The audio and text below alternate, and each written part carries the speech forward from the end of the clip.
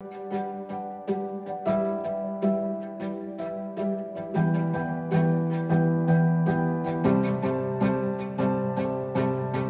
back to another episode of Nydal.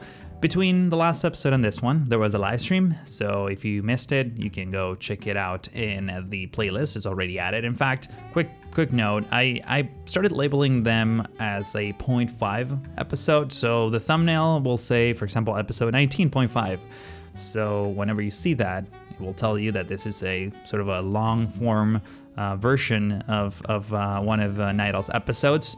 And what we built during that one is the suburbs that you see on the screen. We sort of carved those roads on the hills and started adding a few houses. It's very much unfinished, and we're probably going to finish that in future live streams.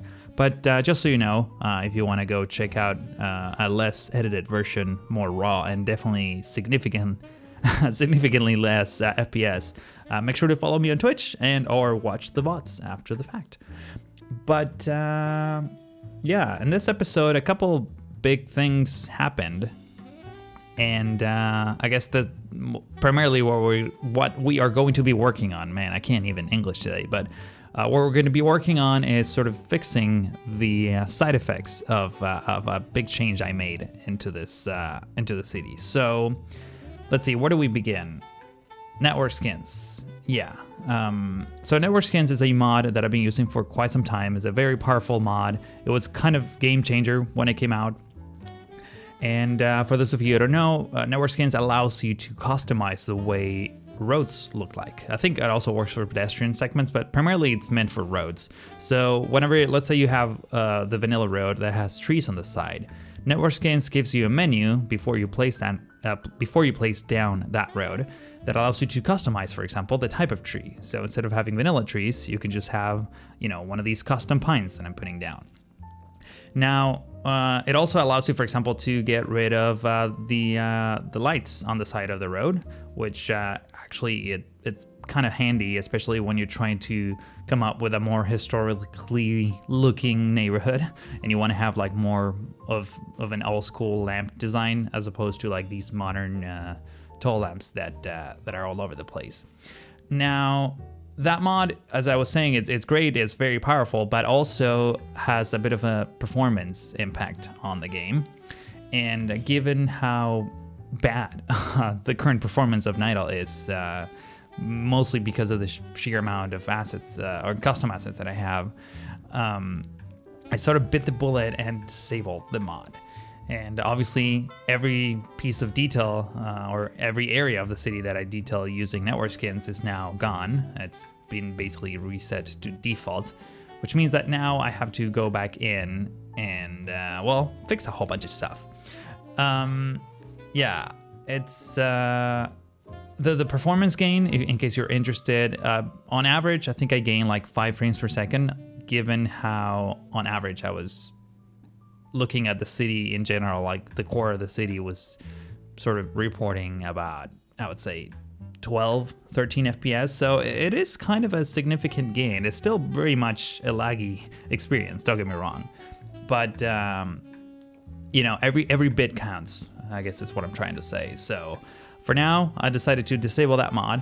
And unfortunately, when you do that, all those vanilla roads that you use automatically not only get their lights on the side, but you also get all the vanilla trees.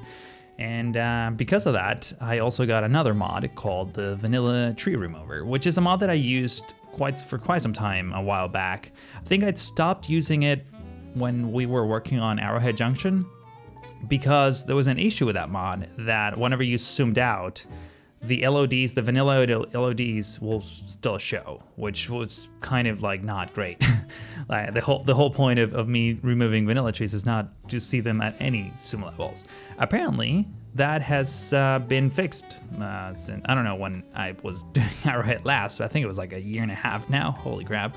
But apparently that works fine now, so I decided to keep that. In fact, it's actually making it really easy for me to place more vanilla buildings, because I constantly have to go into Prop It Up, which is the mod that I use to remove props from buildings to get rid of those vanilla trees that don't necessarily look great, especially compared to all this amazing vegetation that I already have going on. So that sort of hits two birds with one stone. Now, the other issue that we have by disabling network skins is that we also have a whole bunch of lights everywhere.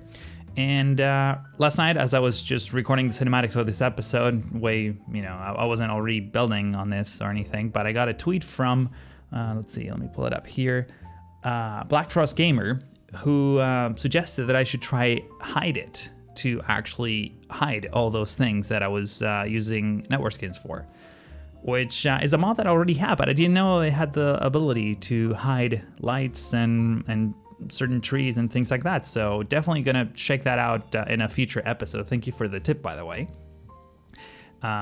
So for now, we have lights all over the place, which it's not terrible actually. It's not the side effect of that is that the city is actually much brighter now at night. I wasn't able to record a cinematic of that for this one. I'll show you one in a future video. But since I was basically removing all lights, I also had to manually blob them, which means that I didn't do that all over the place. And there's sections of the city that were pretty dark. Now everything is like properly lit up, I guess. But yeah, I don't really care about nighttime all that much. It's almost like a secondary thing that if I have the time and nothing more exciting to do, I'll probably focus on. But yeah, for the time being, the city's like pretty bright compared to what it was before, I guess is what I'm trying to say. And I should probably actually talk about what I'm doing, at least quickly or briefly, before I go through all the other topics that I think I wanted to talk about. Yeah, so if you actually watched the live stream, you'll probably notice that we were having quite a few traffic issues, especially around this area. We had a massive conga line of cars that basically reached all the way to the suspension bridge at the entrance of the city. So with some clever use of the traffic manager tool and the lanes, directions and all that good stuff, I managed to get it under control, and that was it, except I later loaded back the save game. I think I went to get a coffee with the simulation running, and when I came back, it was just a mess again. And I'm like, okay, what's actually happening here? So a couple of things were happening. First of all, and this is something that I got a whole bunch of comments on, and I've always wanted to fix it, but I actually finally did it. I removed all the American trucks, which had massive trailers. First of all, they don't fit the theme, so that's why I wanted to get rid of them. But also, they came with giant trailers that made traffic even worse than it should have been.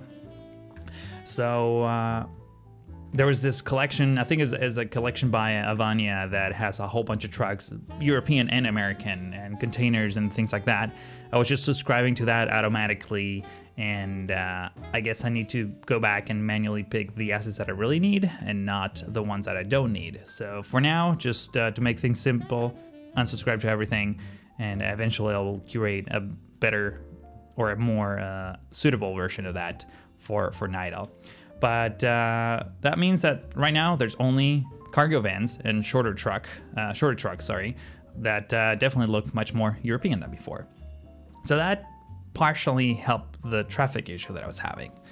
The other thing is that that giant avenue, the one that we've been working on since this episode started, it's sort of like the main entrance to the city, and it's kind of the shortest path to basically anywhere else in the city. And that means that a lot of trucks are using that as their preferred route, which it's causing a lot of traffic issues regardless of how clever I am with the lanes and all that good stuff, and even reducing the size of the trucks like I was saying a second ago. So what I end up doing, and so far it's working, but it's one of those things that whenever you let the simulation running, then it starts getting bad again.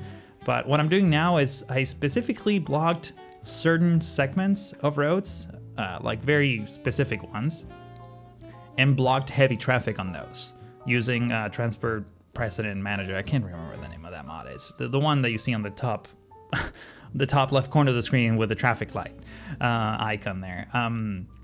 So by doing that, I'm forcing trucks to take a longer route across the city, and it sort of spreads out the different directions that these trucks need to go. And so far that has proven to improve the traffic significantly. So if you want me to go in greater detail about that, make sure to tune into one of my live streams and I'll actually show you. Just make sure to ask me in the chat. It's kind of difficult to explain on a time lapse like this because it's happening so fast, but it's so far it's working. Basically, the solution to traffic in general is not to funnel everything through one tiny road. So if your city, like this one, is already kind of, I mean, I'm not gonna rebuild the whole thing just because I have a little traffic. I'd rather do, you know, clever hacks like that to sort of spread them out. And that's actually kind of how it works in real life. You're not gonna like demolish half of a city just to fix a traffic issue. You just retrofit whatever you have and add restrictions and hope that, you know, everything goes the way you want it to go. Probably not hope is definitely not the word here. I'm sure you can calculate that beforehand, but there's things that you can do that are not necessarily rebuild everything, I guess is what I'm trying to say. In any case, going back to what I'm doing here. So as you saw me, you know, since the beginning of the episode, I started working on the tram sort of tracks. I replaced a few of those with a different type of track, and I've been adding details to the stops. Very basic details, you know, adding the tram stops and adding some decals there just for good measure. And later on, I decided to add a few more buildings and sort of fill some of these blocks that we worked on. I think it was in the previous episode, right? Where we worked on this area? Yeah, it's been a little bit of a long time. Well, it's been 2 weeks. It hasn't been that long. But yeah, I kind of wanted to continue with this theme with, it's not necessarily like historical buildings, but like a little bit modern and not the nicest looking buildings. But I think it kind of fits. When you see the skyline at the end in the cinematics, it all kind of comes together. I kind of mentioned that in the previous episode, but it still sort of does. Talking about, actually, yeah, I don't know, I wasn't going to talk about this now, but at the end of this episode, there's going to be some big changes to the skyline of Nydal. I'm going a little bit high in terms of height. That's all I'm going to say for now. Just stay tuned for the literally the last clip of the time lapse, and obviously the cinematics will show you that. I'm really curious to see what you think, because that's kind of a request that I've been getting a lot, and I couldn't find like proper buildings to actually complete that, but I think I'm slowly but surely getting somewhere I like. So yeah, stay tuned for that. In the meantime, I also wanted to add some random parks like the one I'm doing here. I'm not entirely sure I mean, it looks okay, but conceptually it's like a gated sort of cluster of green, which kind of exists in certain cities, but it's, I don't know, it's not like a very appealing plaza, you know. It's just like, it's all fence and you can see the vegetation only across the fence there, the iron bars. I don't know, kind of claustrophobic, but I definitely want to have like pockets of greenery all over Nydal, and this is one of them, because imagine all the other empty blocks that are not going to be filled in this episode are going to be, well, full of other buildings, primarily medium to high density buildings, and having these sort of pockets of green spaces, I think makes the city much more enjoyable and livable. So this is one of the first buildings that I'm putting there. It's on the taller side of things. It's a residential building, and it's kind of occupying a whole block. And I'm also massaging the roads for that to make a bit more sense. Obviously, with the terrain differences, I've been using my classic technique of using the concrete wall in order to create some sort of like terrace or long balcony of sorts. I don't have a very fluent architectural vocabulary, but you get the point. It's a pretty simple build, and in terms of detail, it's also pretty simple. But since it's residential, and you know, one thing that I didn't quite add yet is a pool to these buildings. So you're gonna see me add a pool in just a second. I think it's the first building in Nydal that actually has a pool, which it's, I don't know, something. It's kind of a unique perspective. There you go. It's one of these vanilla pools, nothing too crazy. I guess it needs more rocks near the hot tubs, if you know what I mean. But sort of following this pattern now, I wanted to add a few more of these residential modern buildings in a bit of a cluster of blocks here. So I decided to sort of